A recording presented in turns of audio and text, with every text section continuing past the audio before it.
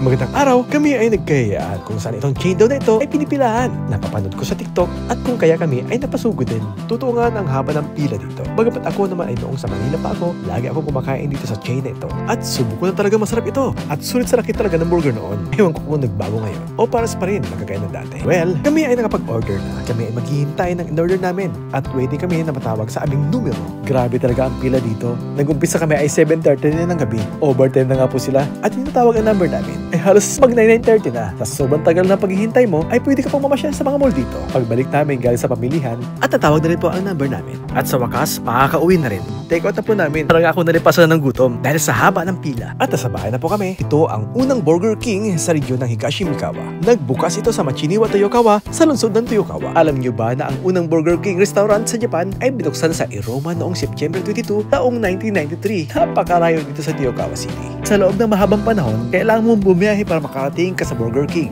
Ngunit ngayon ay masyasyahan ka na dito mismo sa lungsod ng Toyokawa ay nagkaroon rin na malapit na rin sa amin. Nagbukas ito noong Enero 30 taong 2025. Kamakailan lang. Mula na dumating sa Japan noong taong 1993, ang Burger King ay nakaakit ng maraming tagahanga sa kakaibang pamamaraan nito. Sobrang laki nga po at sobrang sarap na, lalo ang kanilang 100% na beef patties ito na inihaw sa nagbabagang apoy. Nagbibigay ito sa Burger King ng makataas at mausok na lasa na naiiba ito sa ibang fast food burger restaurant. Ay siya, hanggang dito na po muna. God bless everyone. Bye!